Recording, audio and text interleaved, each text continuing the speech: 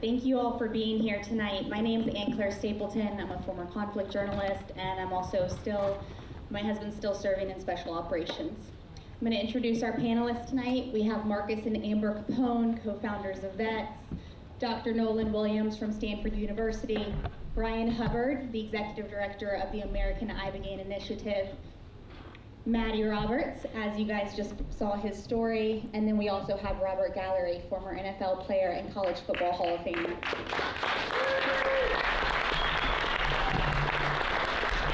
John, you're the first question, so I'm really glad that you're up here. That would have been awkward. You have made your life's calling into cutting through the noise and revealing the human impact of very, very complex issues, and you did this once again within Waves of War. What do you hope people that have seen it tonight take away from your film?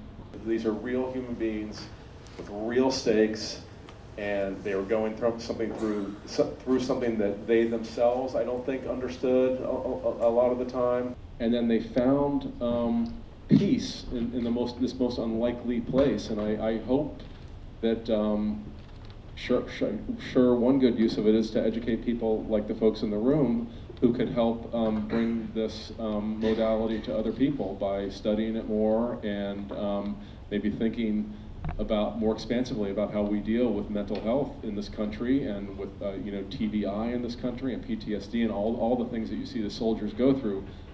Little secret, soldiers aren't the only ones who go through those things. I think people from all walks of life have these issues with traumas of all sorts. So I hope that it can be part of the conversation about this very important issue moving forward, and the dream is to continue the work like we're doing tonight. Marcus, you were willing to give your life in service of your country, and then you had to leave this country to go find healing. What do you want us to know about what's at stake? You've lost so many friends to suicide over the years. What's at stake if we do not make these healing modalities available here at home? Well, first, as John mentioned, we've been sending individuals outside the country.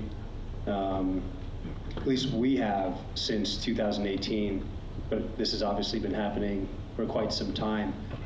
It's just not sustainable anymore. Philanthropic dollars only go so far, and so what's at stake is that there's a bottleneck. There's a bottleneck in experienced retreats outside the U.S. We need access here. We need affordable access here. I think that's the other big piece, is that we are subsidizing individuals at $5,000 or $6,000 or $10,000 per individual to get treatment.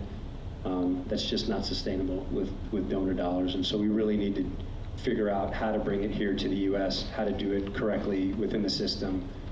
This way it will also get covered. 20 years of sustained combat is also something that this nation's never faced. And so I think that as a nation, I don't think we've experienced what we're currently witnessing at this time, that there is definitely a huge need for mental health treatment. We got to destigmatize mental health. Mental health is health. That's it. You hurt your shoulder, you go get it fixed. You hurt your knee, you go get it fixed. You hurt your head, we would like you to go get it fixed, but right now we don't have real good technology to do that. I think we're still utilizing 40-year-old technology and antidepressants and some talk therapy to get through what 50%, roughly up to 50% of individuals won't even respond to. So we really need new treatments.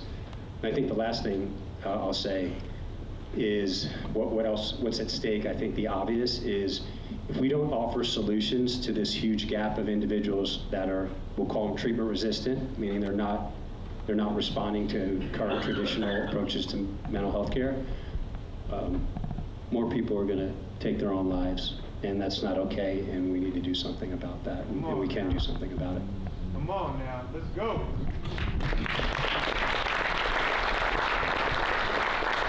Dr. Williams, we saw the veterans participating in the Stanford University study. What were some of the biggest takeaways when you got your research back? Can you hear me? Yeah, I mean, I think we were all optimistic going into this trial. You know, I spent a good bit of time with Amber Marcus and some of the other veterans that had gone down before we initiated the trial, so we were optimistic we would see something. I think the consistent and significant reductions in symptoms that were really broad. So what I'm saying there is most everybody got better, and they got better in a big way for a long time, right? And that was not something that we expected to see because there's no precedent for that with these sorts of problems. And in fact, there aren't any drugs for traumatic brain injury itself, right? There are some drugs that work 20% of the time, 30% of the time for some of the other symptoms, but to see almost everybody, most of whom had failed those other treatments, get better with this, hold it out past a year, is just something, you know, we've never seen a drug do that before. I've never seen a drug do that in my career. And so I tell the story that my postdoc brings me the data, and I tell him that he must have messed it up. And he needs to come back and show it to me when he's figured out why it looks like that, because that can't be possible. And he comes back a couple of weeks later, shows me the same data. Obviously, I was wrong about this. And it was the data that he showed me, you know, weeks before. This data, the striking reduction in just about everybody. And so, you know, we've had the honor and the privilege to be the observers of this. And I think that's, in science, that's hard to get in a lifetime. So I appreciate everybody's courage and being the ones to go and do it. Amber, your foundation, VETS, was founded in Texas, a state that we know takes a lot of pride in supporting its veterans. VETS has been able to send now over 1,000 people down to Mexico for Ibogaine treatment. But as more people learn about Ibogaine, the wait list gets longer and longer and longer. What is it that you say to these veterans that call you and they are desperate for help? Well, it's the worst thing you could possibly imagine. It's the best thing and the worst thing, because imagine standing before 100 people who were completely bleeding out. Who do you put the tourniquet on? 100 people who've lost a leg. Who do you give the prosthetic to? Choosing who gets to have this opportunity when applications are continually on the rise is agony, because everyone is deserving. And so, that's why I have so much hope in what Texas is doing now to help stand in the gap with us, in hopes that other states will follow suit. We have supported 1,000 veterans that have left the country, and in that same period of time, and that's a lot. That's something to be very proud of, and I wish we could do more. In that same amount of time, if you take the veteran suicide statistics, which, you know, are the different reports say different things. We know it's somewhere between 20 and 44 a day. And if you go in the middle of that, let's say 30 something, and you do the math within that same period of time, VETS has worked tirelessly to support 1,000, and almost 70,000 have died by suicide. So the statistics are staggering. Texas leads VETS in number of grant recipients as well as number of applicants. So that's why I have such great hope. And Texas is just such a leader and so patriotic that if we can get behind this for our veterans, I'm certain that others who are suffering and struggling will find relief eventually too.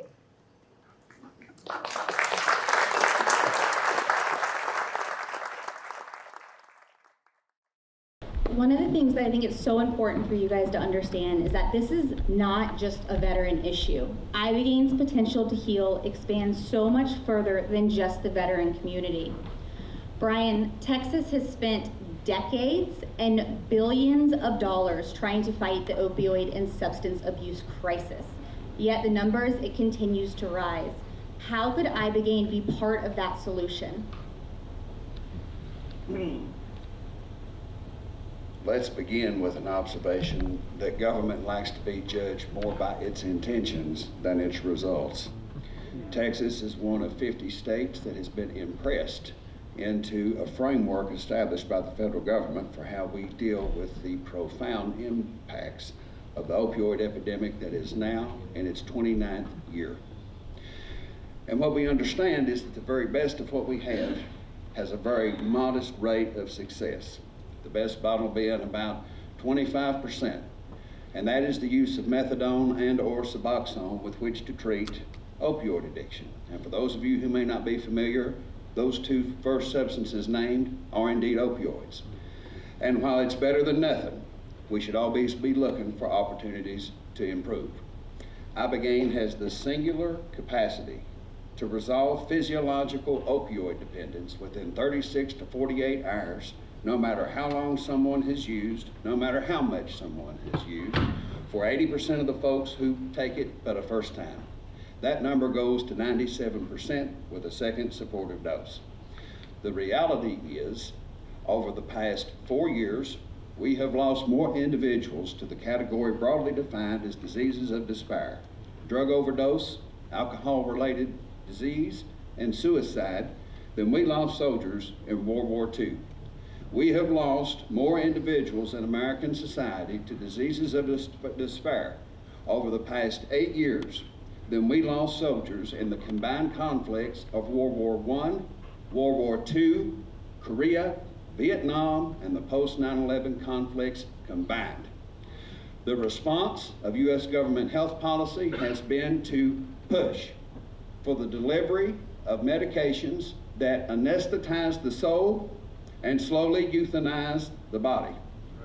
When we are presented with the opportunity associated with Ibogaine, we are presented with a medication which I happen to believe is divinely engineered that accomplishes 3 things simultaneously.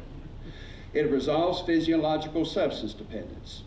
Many individuals who have the Ibogaine experience, who have been imprisoned by addiction, come away with a psychological realization that they own themselves, they own their future, and that future will be one that is determined by choice rather than driven by compulsion.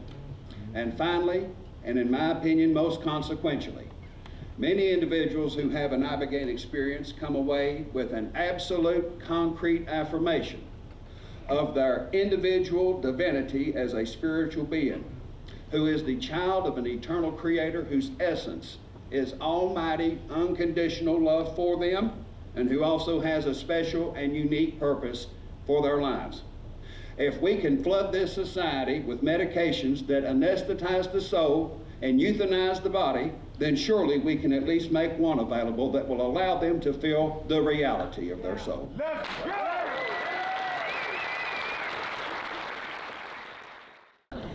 By your own estimate, you have had hundreds and hundreds of concussions in your lifetime of playing football. And that takes a damage both physically and mentally.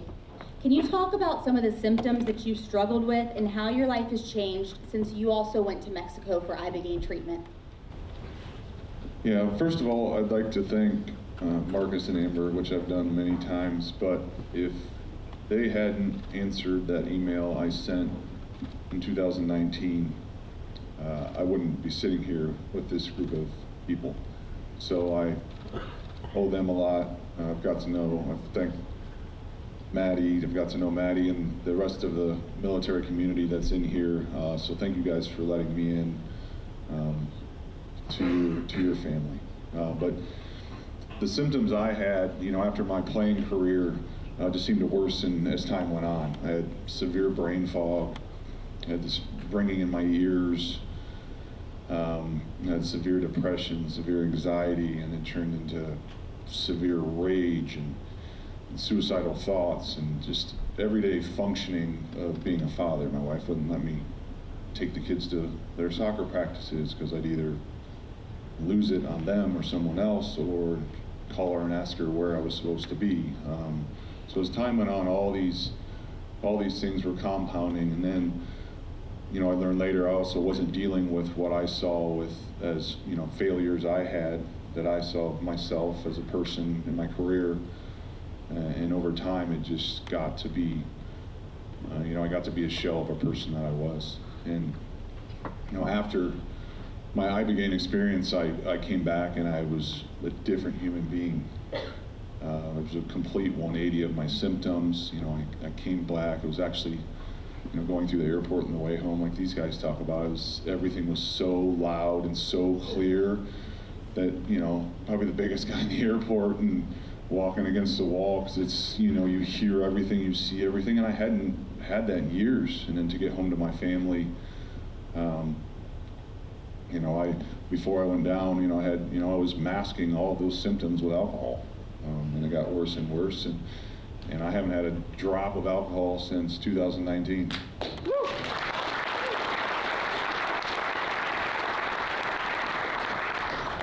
So for me, it's been very life-changing, and, you know, now I'm able to function as a human, you know, and most importantly as a father and a husband, and it gave me my life back.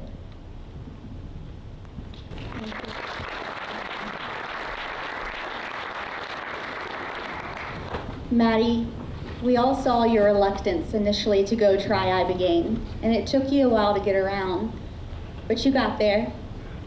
What do you tell to people now who you see struggling, who are considering, do I want to do this to myself? Do I want to go take this treatment? That I was exactly where they were. Coming from a traditional religious family, and just, I've said it before, talking to trees wasn't on the menu. And yeah, I actually have two guys in mind right now that have the same reasons for not going that I had when I wasn't going to go.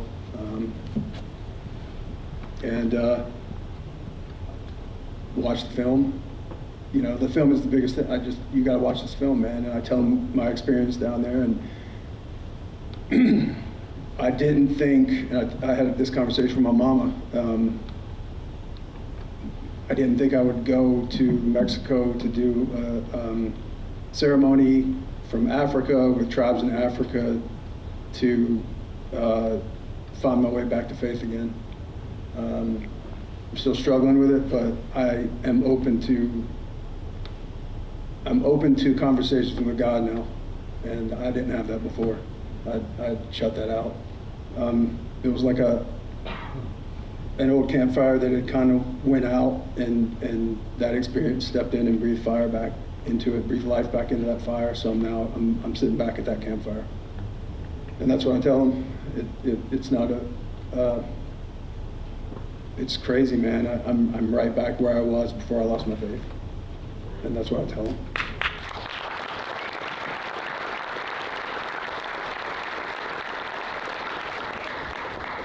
Brian, what would Texas gain, both financially and in terms of public health, by funding Ibogaine research with the passage of HB 3717? Well, let's take the fiscal reality for the state of Texas as measured by Kentucky Medicaid dollars. In my prior governmental roles, I got to pull data straight out of the Medicaid database to assess just exactly what we have is costing. So for the initial 120 days of substance use treatment, you are talking about a 2022 Medicaid cost of $108,000. The average number of attempts a person will go through that cycle is 5. That is for one person. The median number is 2. So per person, for the average number of tries, we are talking about, and Dr. Williams, I'm a lawyer because I can't do math or science. Please correct me. I believe we're talking about a per person Medicaid cost for the average number of attempts of $540,000. Now, for most states that don't have the resources of Texas, very few, if any, can supply the sort of long-term recovery support services because of how much resource burn is occurring within the acute phase of treatment. And then when we pair that with the reality of the medications used within that treatment system, we are talking about a scenario by which, and I'll use Kentucky again as example, between January 1 of 2017 And October 31st of 2023, Kentucky Medicaid paid for 110 million doses of Suboxone for a Medicaid population of 1.6 million people. That is part and parcel of that $540,000 through 5 tries.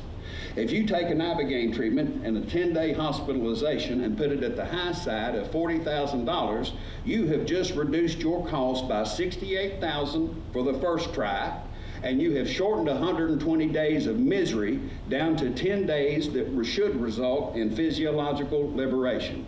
That's the fiscal reality. The scientific reality, and I'll look to this gentleman to my right to validate it, is that Ibogaine's advanced neurotherapeutic applications are just beginning to come into view. And I love to quote you on this, and I do it every time there's a chance to talk about it. He has said, and I agree, that Ibogaine is the most sophisticated medication on the planet. And if Texas will break the door down for the rest of the country, it is going to become the epicenter of developmental gravity for any number of therapeutic breakthroughs that are going to change the lives of millions of people for generations to come, which ends us with the humanitarian opportunity to be an emancipator as the Lone Star State of the other 49 that have their eyes on us. And pardon me to call myself us as an honorary or perhaps an honorary Texas.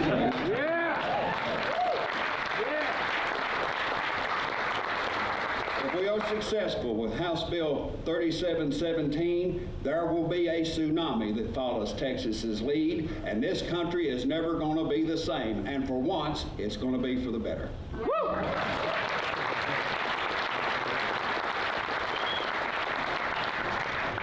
Dr. Williams, if the barriers to research are loosened, which will happen with HB 3717, I don't do math either, I'm a journalist. What other communities could be healed and helped with Ibogaine treatment? Yeah, it's a great question. If you just look at, I think others have said this, traumatic brain injury, you know, there's military-related traumatic brain injury that we've talked about, sports-related traumatic brain injury, but there's an even bigger population of people with motor vehicle accidents, you know, domestic abuse, domestic violence. And so just in the traumatic brain injury fight, you're talking about millions of people. There's populations with PTSD outside of the military, populations with depression outside, and then there's a lot of very interesting early signals. You know, we've seen a handful of folks with really severe tremor to the point where they were signed up to get brain surgery for this tremor and went down to take Ibogaine for the purposes of trauma and TBI, and the tremor went away. And so, you know, there's a high likelihood that there's other neurological applications that we are starting to get signals on, neurodegenerative conditions. You know, we had one of my postdocs is very interested in this brain age algorithm. It's like the most widely used application of AI for brain conditions. And it's able to, if you put a structural scan in, it's able to generate a brain age off that scan. If you scan the person 3 times in a month, you put 3 scans in, it'll tell you the same age. It's very consistent and reliable in that way. So we saw a reversal of brain age by about 1.5 years at 1 month, right? And so the question everybody asks me then is, can I just do this every year and stay the same age in my brain? I have no idea what the answer to that is. But it begs the question of people get this, before they get Alzheimer's disease, they get this mild cognitive impairment. You know, could you freeze the person in that place, right? And it's an open question. Research dollars answer that question, but that's an open question that we could answer. So I think there's a lot of really broad applications to this drug. You know, I'd be happy to get into more details with folks after, but you know, we're just starting to open those doors. Before we open it up for Q&A, I want to just recognize the people in this room that have gone through Ibogaine treatment. If you would like to, and you've gone through Ibogaine treatment, I invite you to stand up.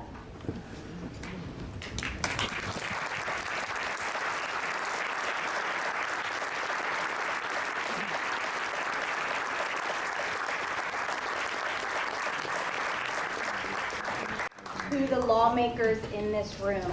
Every person that just stood had to leave the country to find real healing. They should not have to do that. You have the power to change that. The question is not whether or not ibogaine can save lives. We know it can.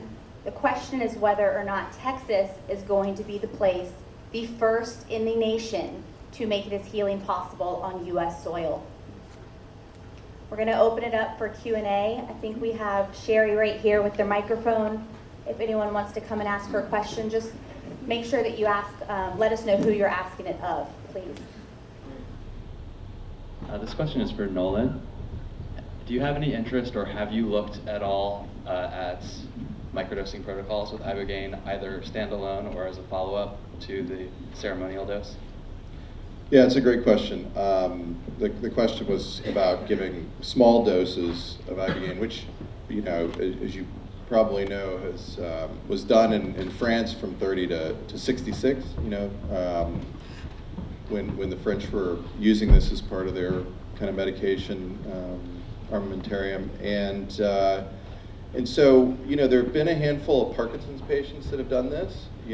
That was one of the, I didn't name that earlier, but that was one of the signals that was out there is, daily treatment for, say, Parkinson's patients. And it's an open question. I mean, it's a totally different, obviously, experience. People are taking a dose that they don't feel much on, and they're taking it every day. And it has been, ibogaine's very under-researched. This is way even more so, right? We know very little about that as far as kind of standard studies that people have run. And so, we've been keeping an eye on this, trying to get our phase 1 trial to include these sort of small doses so that we can, capture that too. But it's really early days, and again, takes research funding to answer that question. But great question. Hi there. Let's see. So I understand that the pharmaceutical medicines didn't work and that the ibogaine did. I'm just wondering if there's any research being done on the damage by psych meds and that ibogaine can fix that. And the reason why I'm asking is that my son, who played football and had a traumatic brain injury, has, and was given psych meds, went into a state, his brain was completely damaged by them to the point of catatonia. He's making his way back, but I'm just wondering, has that come out at all, the damages actually done by psych meds, and ibogaine being able to help with that? I guess this is a question for me. Yeah, I mean, there's not been a formal study of this for the reasons I've been saying earlier. It takes a lot of research dollars to answer all these questions. But you bring up an important point, right? Which is something important to kind of lay out as a generality. And so there are these two statistical terms. One of them is number needed to treat, and one of them is number needed to harm, right? And so a perfect treatment, so let's say vitamin C for vitamin C deficiency, scurvy, has a number needed to treat of 1 and has a number needed to harm of infinity, unless you count like the rare kidney stone that you can get from vitamin C, right? So it's got kind of a perfect profile, right? Ibogaine, probably its number needed to treat looks like it's something, around 1 to 2, which is like mind-blowing. You never see that. So 1 to 2 people to get 1 person totally better, right? That's what that statistic is. The number needed to harm is around 300, which is very, very good. For some usages of psychiatric medications, the number needed to harm, meaning the number of people that need to be exposed to this for 1 person to have harm, is lower than the number needed to treat. And the problem with that is that it violates, in my view, the Hippocratic Oath, right? And that's really what we're talking about, what you're talking about, right? Not every psych med harms every person, right? But the idea that we have to see more harm than good is not acceptable. And so in our lab, we don't study anything that that I wouldn't give to my family members or take myself, right? And that's not necessarily true with everything that goes on with drug development and psychiatry, right? And that's the reality that you're talking about. I'm very sorry to hear this. I'm very sorry to hear what's going on with your son. And the hope is that if these efforts go forward, then that idea that there are more people harmed than treated by a given drug will be a relic of the past.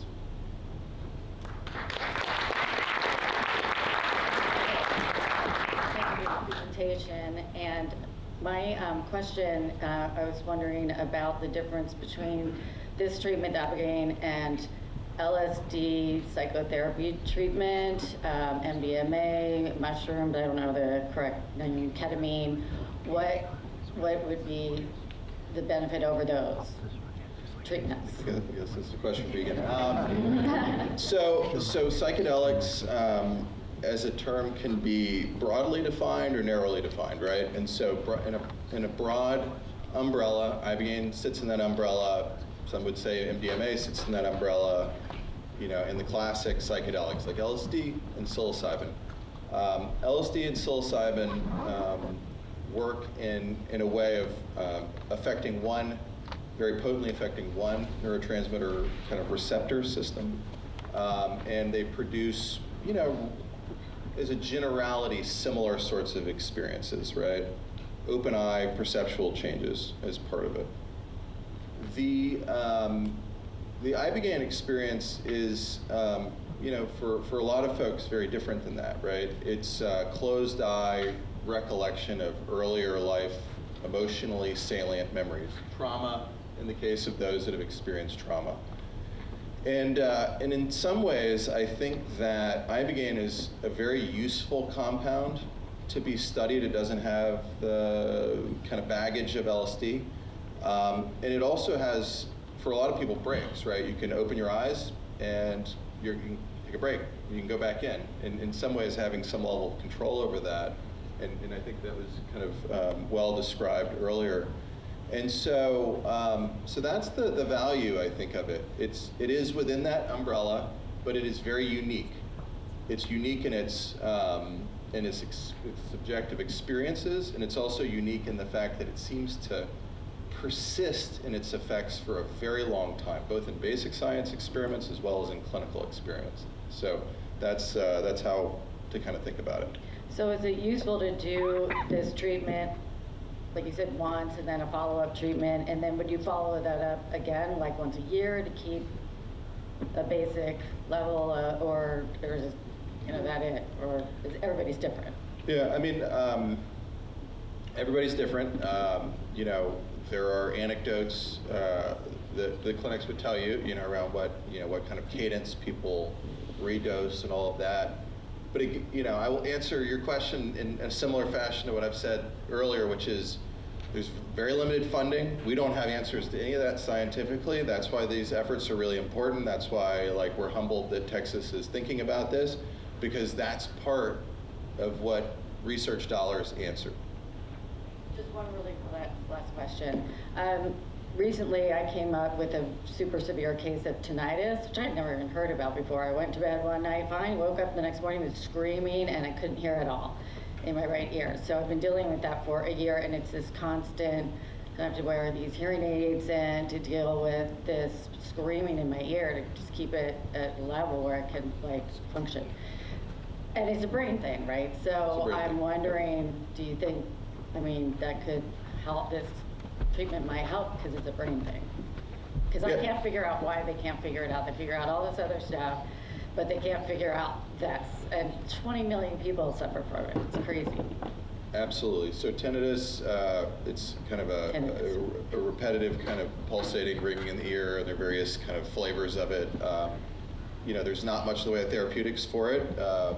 People have tried all sorts of things with limited effect. I am not aware of, maybe there's some of the practitioners in the audience. I'm not aware of anybody that's reported to me a change, but it's not to say that, again, more research dollars answer the questions like that. Yep. Thank you. One of our ibogaine providers in the audience says it does help some in his experience. I don't know if you heard him say that. I'll be brief. I'm a family physician by training. I started practice in 2003 on the front lines, seeing the lives destroyed with opiates in 2008. I was transferred to the Department of Neurology to start a dedicated headache clinic where I've been for 16 years, just up the road in Temple, Texas, next to Fort Cavazos, Fort Hood, large veteran population. And I see on a daily basis individuals who are devastated with traumatic brain injury, post-traumatic stress. And I'm not a smart man, Jenny. I think of things in simple ways. Is there a way of getting this in front of the Department of Defense? Because with the individuals this administration has put in place at NIH and FDA, I can't see that they wouldn't be willing to kick down doors to make things happen, because this is unacceptable. And as Patton said, brave men and women are dying up there, that we need to get more attention. And I couldn't be any more proud to be a native Texan that we are doing this now to step up and make a difference. Thank you. Thank you, sir. What I'll say to you is the issue at the end of the day ultimately ends up being who's going to take the hot potato, right? I mean, I think Amber and I have talked about this. Like, we took on the hot potato. We did the trial. Lots of people told me this was a crazy idea. I was going to ruin my career. Blah blah blah. When we did the trial at Stanford, right? The issue is that people get very worried about very scary, rare events, and as a generality, are tolerant of high frequency, less kind of scary events, if you will. And so back to the comment earlier about, antipsychotics cause irreversible movement disorders in lots of people and blah, blah, blah. And so there's a need for some group, some state, some set of individuals to take the hot potato. And my understanding is that Texans do that well. Yes. Right? And so, you all are stepping up to the line to take the hot potato, and if you do, my view is that will send a very strong signal to the people at DOD and FDA and others that are looking at this and are very interested. They're very interested, but they need the holder of the hot potato. And if you all can do this, then I think that they will follow suit quite quickly. And I want to jump in and dovetail to affirm the reality of what you are saying. Before Governor Perry and I were interviewed by Mr. Rogan, I was in communication with legislative leaders, policymakers, and citizens of influence engaged on this issue in 6 states. Since the Rogan interview, I have been contacted by those same groupings in 6 additional states. Secretary Kennedy and other willing hearts and minds in the federal government need the externalities outside of the system in order to use them as a crowbar to adjust the system. If Texas will be first, it will be joined by no less than a half a dozen and perhaps up to a dozen states to help platform, expand, and accelerate these trials between the end of 25 and the end of 27. There is pending legislation in Arizona, here, Kentucky, and soon Missouri, right now. If Texas will bust the door open, this is going to happen. And the alignment of time, circumstance, and people within the federal infrastructure is perfect. We got to get it done here.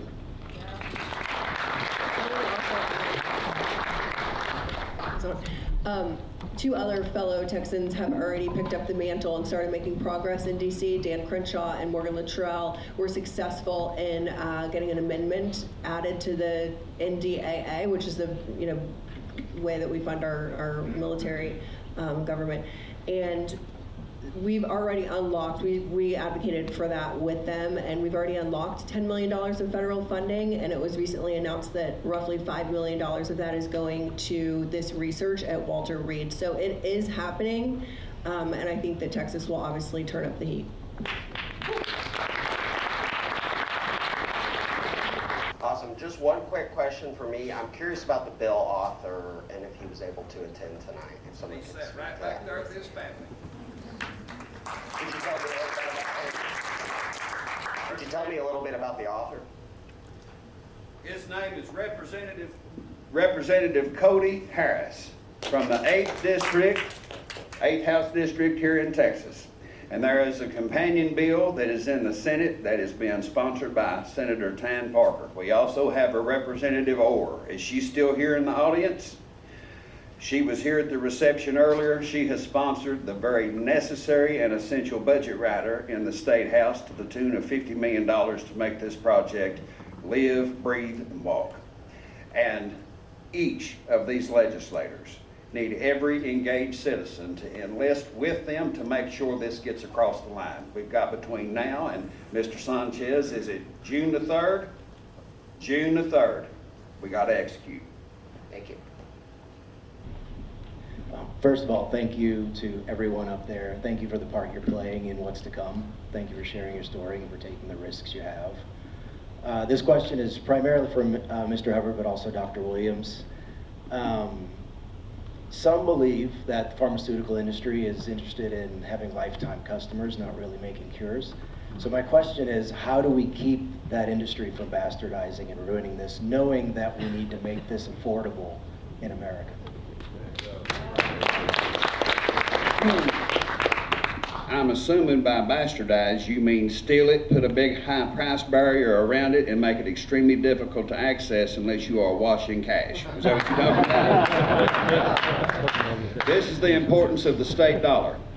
This, for Texas, as well as the states that would follow in, would be what's called a public-private partnership, meaning that the states, with their money, will pair with the drug developer and its money to get ibogaine through the FDA's approval process. When this project was first conceived for the state of Kentucky, I recognized, and I think many others do, not just me, that the average working citizen in this country is sick and tired of watching tax dollars flow in one direction with no return on investment for companies that are already well heeled. If we want to establish the credibility of this as a governance model, and if we want to give some very needed return on investment to a citizenry that is regularly drained of cash, it's going to be necessary that the states engage this as shareholders who have a seat at the table and a say in terms of how this therapeutic is delivered. And insofar as there is involvement of some folks on this stage in this project, there are going to be a couple of things that are necessary. Number one, the drug developer will have to detail how they will secure third-party payor approval from private health insurance as well as Medicare and Medicaid to make this available for everybody who has insurance, and what the companion pharmacy benefit plan is as a catch-all to capture those individuals who fall through all those cracks. So that's the first thing. Second thing is we want to make sure that there is return on investment to every participating state so that the money that comes back can be used to build out long-term treatment and recovery infrastructure that's necessary to amplify and boost the long-term effects of what the medication itself delivers. That's a long way of saying as long as the model that is proposed to Texas prevails, there ain't going to be no thievery by a small little set of hands.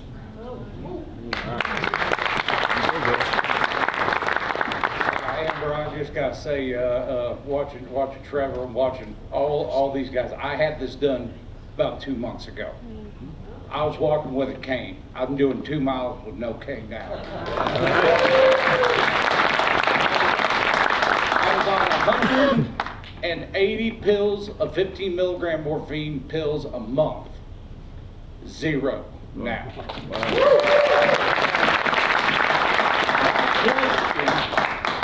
To the House bill that is coming through in the Senate counterpart, and maybe Representative Harris can speak to this, or the roundtable can. Will if this passes through, my daughter and my wife said, I got my husband back, I got my father back. My daughter wants to be a clinical pharmacologist, go to the University of Texas, and work with Ibogaine.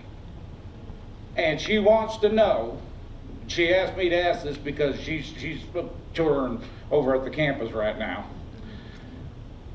She wants to know, will there be research, will some of these tax, if this bill passes, will some of this money go toward the research hospitals such as UT, A&M, Baylor, Texas Tech? Will all those go through? Because I saw exactly the same thing you did in Graves County, Kentucky, in McCracken County, Kentucky, in Richland County, Kentucky. Same thing. So my question is, will we see that same thing in the teaching hospitals here in Texas? The beauty of this proposal is that Texas money is going to stay in Texas, and it is going to be used to pay Texas facilities to host these clinical trials as partners with the drug developers. Now, with respect to all universities, not just Texas universities, but all of them, we want to make sure that administrative cost is reasonable so that the maximum amount of money possible can go to the actual drive and substance of the project itself. So I would imagine that there would be an open proposal process for all those wonderful universities that want to participate in this to describe how they'll be economical with the people's dollar as they partner with these trials. You're welcome. My question is for a number of you on the panel. In lieu of politics, obviously that moves a little bit slower than most of us would like. How can the general public support and all of the different initiatives you guys are working on? First of all, everybody in here has a network of family, friends, and colleagues. Most folks in here are probably connected into social media. You need to go to ibogaine-texas.com and spread the word. That's the first thing. The second thing is, as you spread the word, ask that very same network to pick up the telephone, get behind the computer, and raise your voice to your legislator kindly and gently, of course, and persuasively, and ask them to get behind House Bill 3717 as a co-author, sponsor, or co-sponsor. There is no equity in any state capital like citizen equity. And when they all start hearing from as many people as possible and those phones are jammed with the words 3717, pass it, we could not ask for a more consequential level of participation from you and everybody else in this room. Raise your voice. I would also say you can donate. Yeah, I would probably be remiss to sit here and say, just since the Joe Rogan episode alone, VETS has experienced an over 400% increase in applications. And so with the increased awareness comes an increase on the demand for our services. We were already running at an extreme deficit. And so, everyone that reaches out to us is deserving. And we would love to expand our programs. But we're also like 3 organizations in one. We're supporting research as well, and we are advocating for policy change. And so to keep that wheel turning through solely philanthropic dollars is a large lift, and we could use as much help as we could get.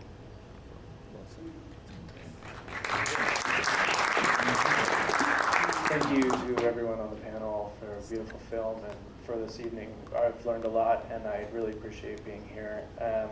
My question is in regards to the sustainability. If in fact and when in fact the dam breaks and there's a flood of participants in this, with respect to the Bwiti tribe and the origins of Ibogaine and Iboga, in fact, knowing that it's a small country in Western Africa, how in fact can we keep up with the demand of this? Is it in fact able to be synthesized? How can we keep up with the demand in this regard? So it's a great question, an important question, right? There's as I understand it, about 1 million doses of ibogaine in the iboga trees within Gabon. Takes 7-ish years to grow one of these. And so, if you've got millions and millions of people just in the US that that would use this, then obviously that would be a problem. And on top of that, you know, you wouldn't want to disrupt the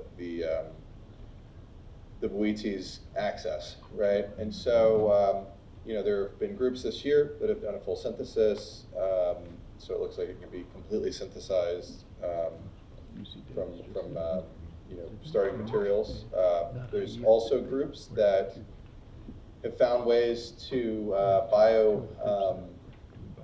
precision ferment this, and so you can actually use yeast and train the yeast to make ibogaine. And just like you know, your 100-year-old sourdough starter, you can actually make unlimited supply of ibogaine that way. Just to follow up as well, to ibogaine versus iboga and the full spectrum, recognizing the ibogaine as the alkaloid, has there been any studies involved with the difference between an ibogaine flood versus iboga, and what in fact might be coming out for the patients? Yeah, I mean, you know, same answer of we've studied ibogaine very little.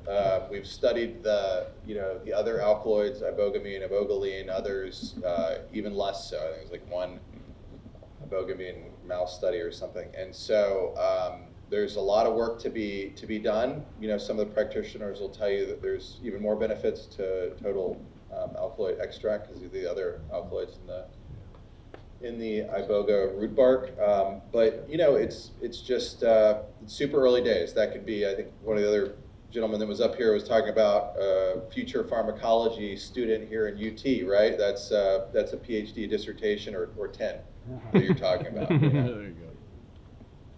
I think we might be at our last question. Just to add one little thing to that part of the conversation.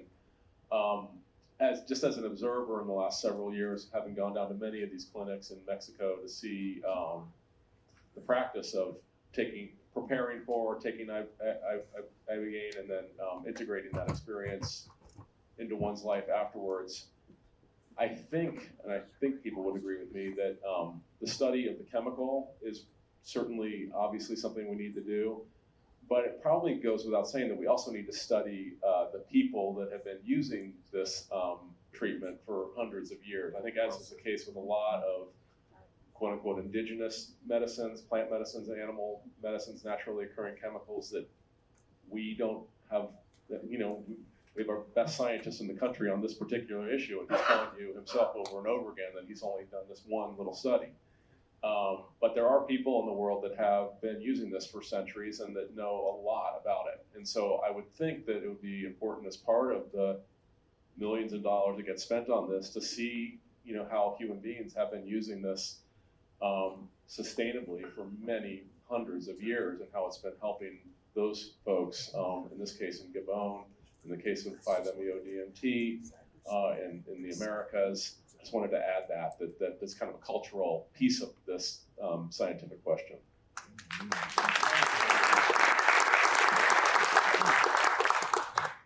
Peace and good evening. My name is Todd Whitty. I'm the co-host of the Psychedelic Coach podcast, and I just want to really give a big shout to everybody on this panel for all of the work that you're doing, the work that you've done, the members of service. Thank you for your service to this country and to me, and to everybody in the audience as well. Thank you. Appreciate y'all.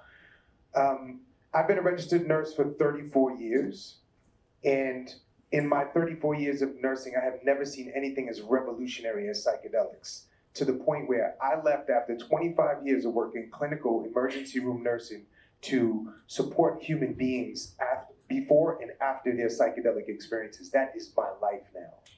And so, thank you, whoever's clapping, thank you. So that is my life now. I've worked with thousands of veterans in the hospital and outside, and hundreds outside in the psychedelic spaces.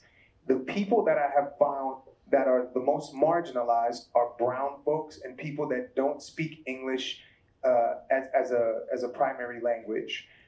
Where do y'all see this bill going in? All of this stuff that's happening around ibogaine, making sure that the people who have been marginalized don't fall through the cracks. because this is one of the things that I had to work on the underground when I was doing psychedelic experiences on the sly in the background for people who couldn't get it, who couldn't travel to Mexico, who couldn't travel to Jamaica and all of that to get their psychedelic experiences. How are we going to make sure that the marginalized people in this country do not fall behind the cracks, particularly in Texas? Thank you. I'd like to speak to this, if I might, from what was attempted in Kentucky, and I'm going to use it as a case study. Kentucky is an overwhelmingly poor state. It is an overwhelmingly white state, a white hillbilly state. And it also has a couple of urban centers that are the primary areas where African Americans live in any number. In the west end of Louisville, where a young woman who you may remember by the name of Breonna Taylor was shot, that is the largest black population in Kentucky. East Kentucky, which is close to the part of Virginia that I grew up in, is hillbilly world. What was interesting in my years of serving on the Opioid Commission was to observe a very striking reality.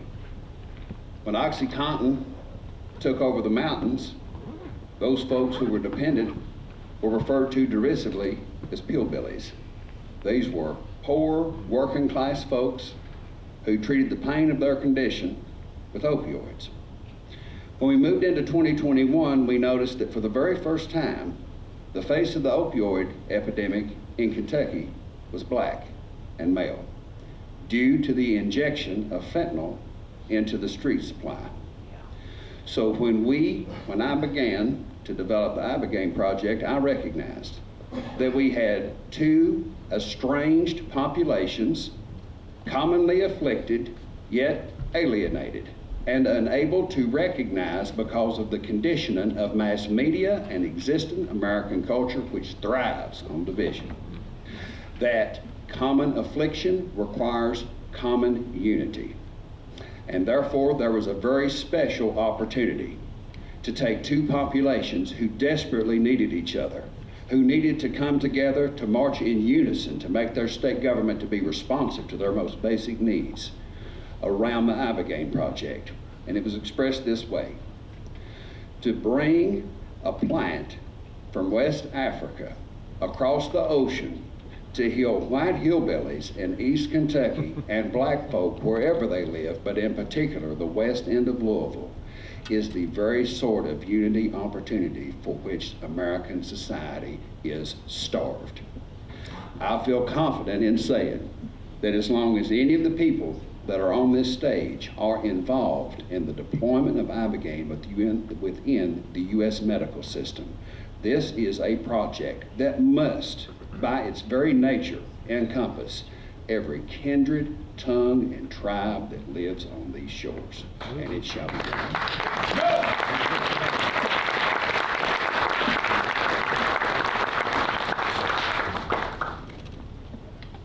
Thank you, Sherry. Hopefully on the last one we can get out of here and go do something else. But I had the pleasure of hosting this group, most of this group in Houston a while back, including Sherry and Chris, and everyone that was there. And the second time around, when you hear this, even more credible it is. And I'm one of the owners of the Houston Texans, and my wife's father was head coach of two NFL teams. And the NFL should be all over this. We've all been reading about concussions in the NFL and all that. Can you imagine if this could solve that problem? Holy smokes.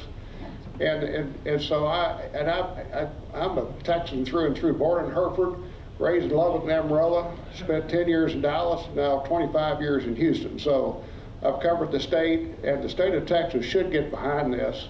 And we need to pass this bill, and we need to do it right away, because this is so important for veterans and NFL and people that have brain trauma, that we really need to get all over this. And I'm surprised actually that we haven't done it already. So let's get this bill passed. And thank you for all your hard work. I mean, this is a labor of love, and appreciate everybody that's here. Thank you. Thank you. everyone for being here tonight and for being a part of this conversation. It's such an important conversation, and I just can't thank everyone enough that's up on this stage and everyone that stuck with us for going on 3 hours or over 3 hours. It's been a really incredible night.